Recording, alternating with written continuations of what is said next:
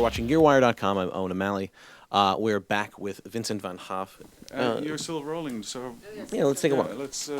let's take a look at the live room, the proverbial live room, with the scars on the floor to show it. This is the original floor from 1978. What would you say are the core elements of your live room design that are here? Yeah, again, it goes back to the theatrical theory of diffusion and openness. You see very few soft surfaces in here. Even the big red cigar-like elements along the top are actually hard surfaces with some perforations. It actually sustains the ambience of the room rather than that it absorbs and makes the artist feel like he's shouting into that cotton ball bag.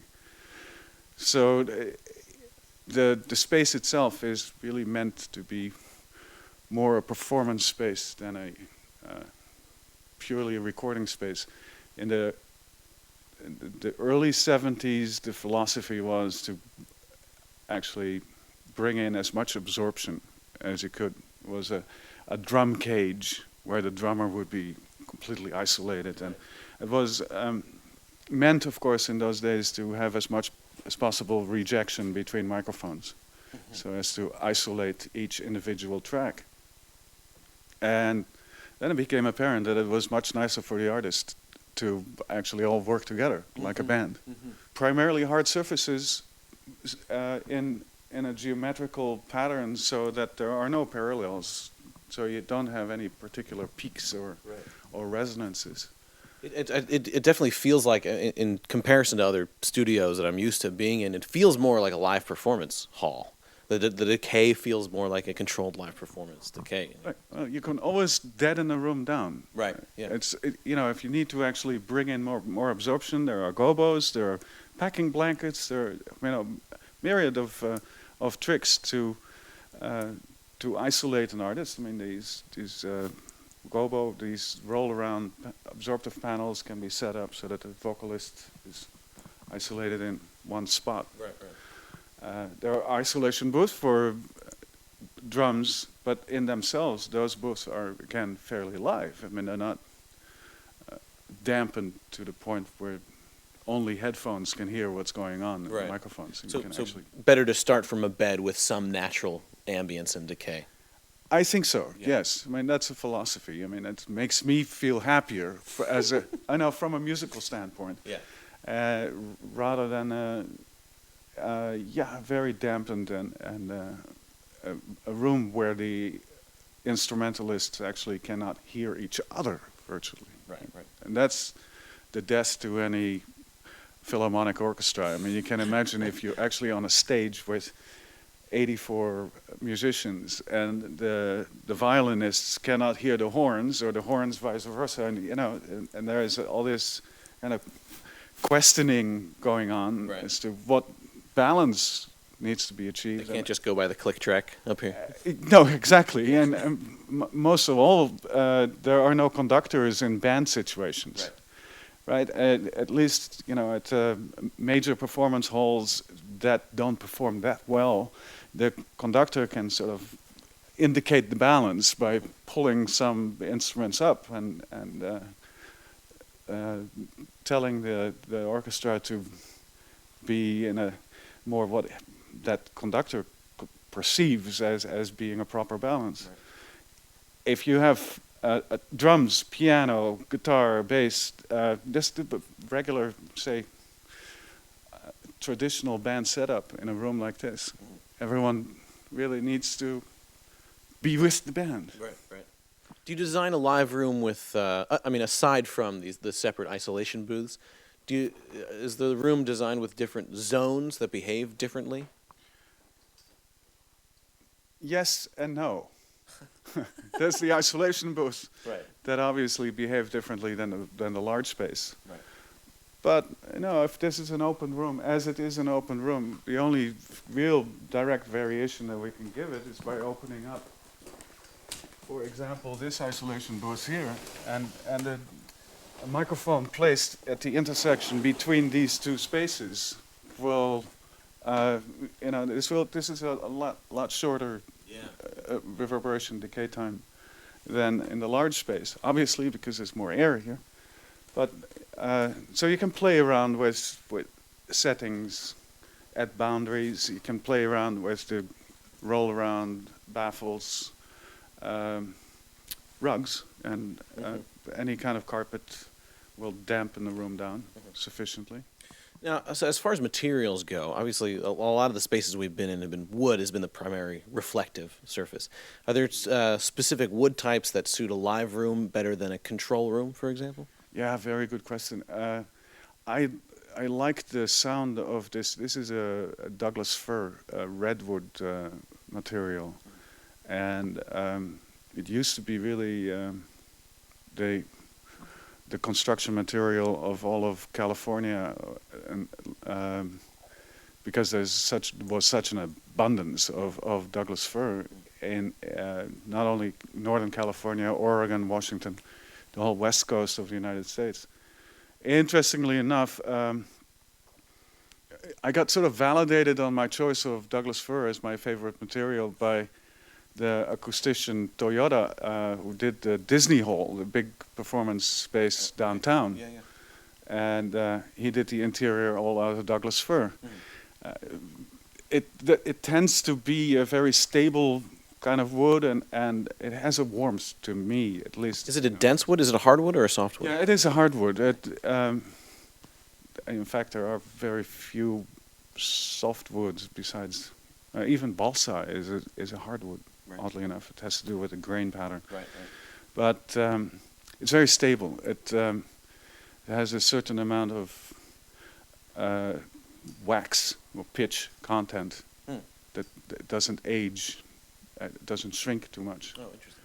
And so over time it's stable. Over time it's stable. Yeah. Okay. And thereby it's acoustically stable. Oh. You can sort of leave it alone, and it will do fine, through the ages. Does the finish of the wood? Is there a specific veneer that's important for a live room? Let's say. Originally, this is actually roofing material on the floor. Oh, okay. Originally, this was just a blonde pine, fairly industrial. We finished it eventually which is now completely worn off and scuffed. It's called varathane type of material. It's like a floor finish. Right. But I really like the patina, don't you think? I mean, it's sort of like it's a work. It's the factory workroom. Yeah, right. It's seen life. It's a lived-in live room. It's a lived-in live room. Yeah. Yeah. Yeah. So. And any studio, in a way, the scuff marks that develop over the years are sort of the badge of honor. Yeah, right, right. You don't want it to be too pretty. People make things too pretty, and then an artist walks in and they feel like they have to, walk the fine line between, I can't throw over my coffee cup, I cannot do this, I cannot do that, I cannot. Here it's just, it's a playroom. Yeah. And it's what it's supposed to be. Right.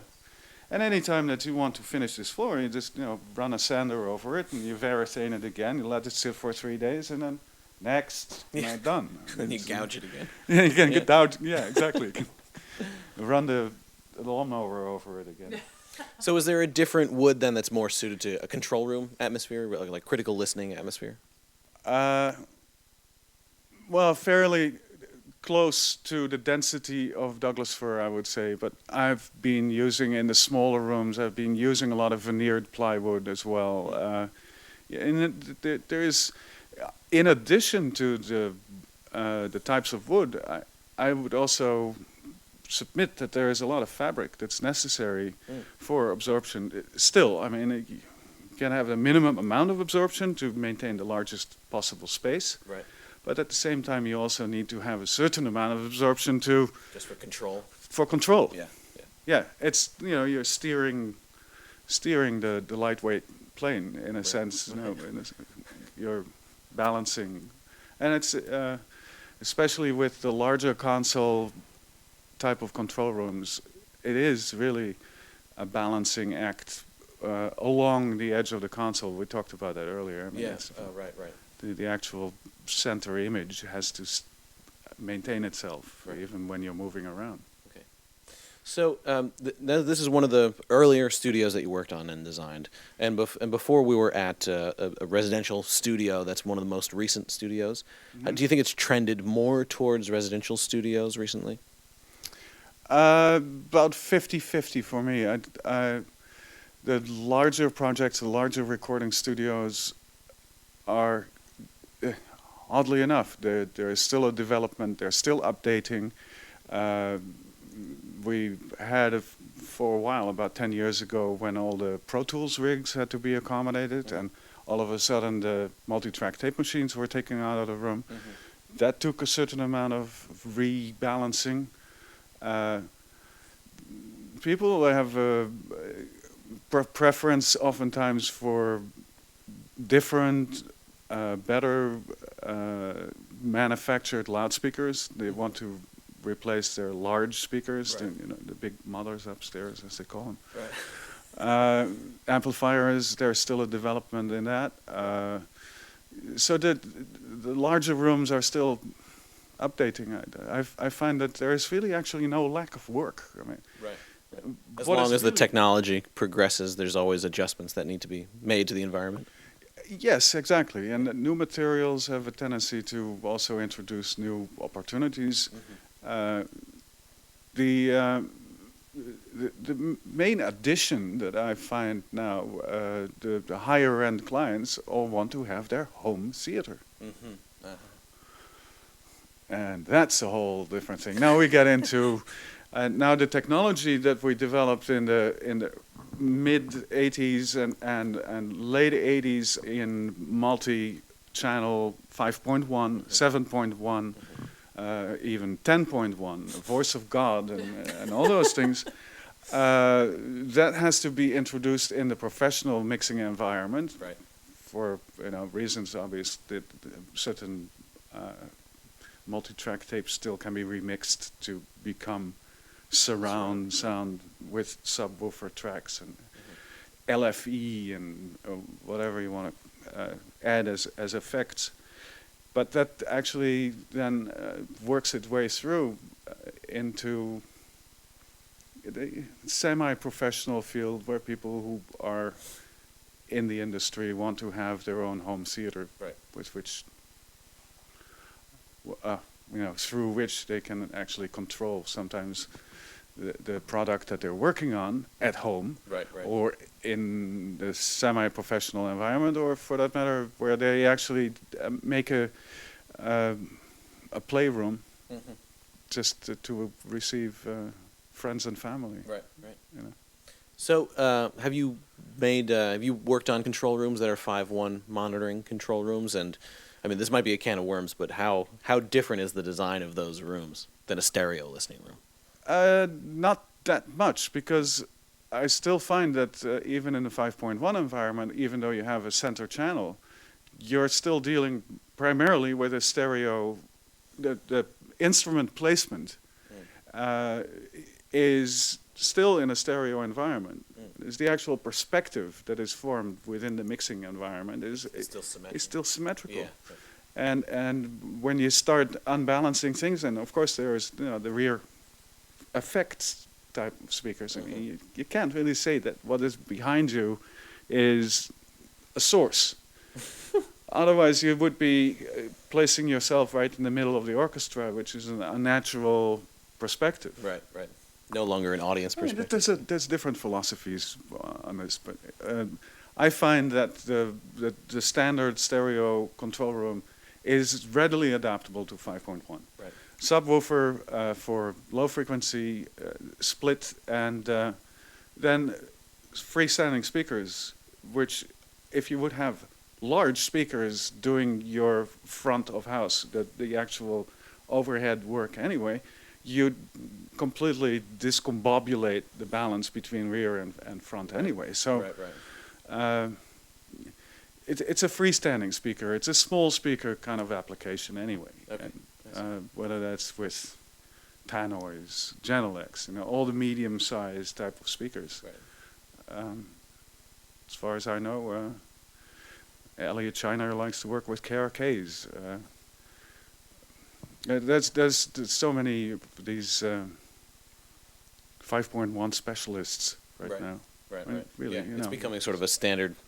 We've talked to a couple of mastering houses, and they talk to, and post-production houses, saying how it's just recently become this sort of thing you need to do now and need to consider.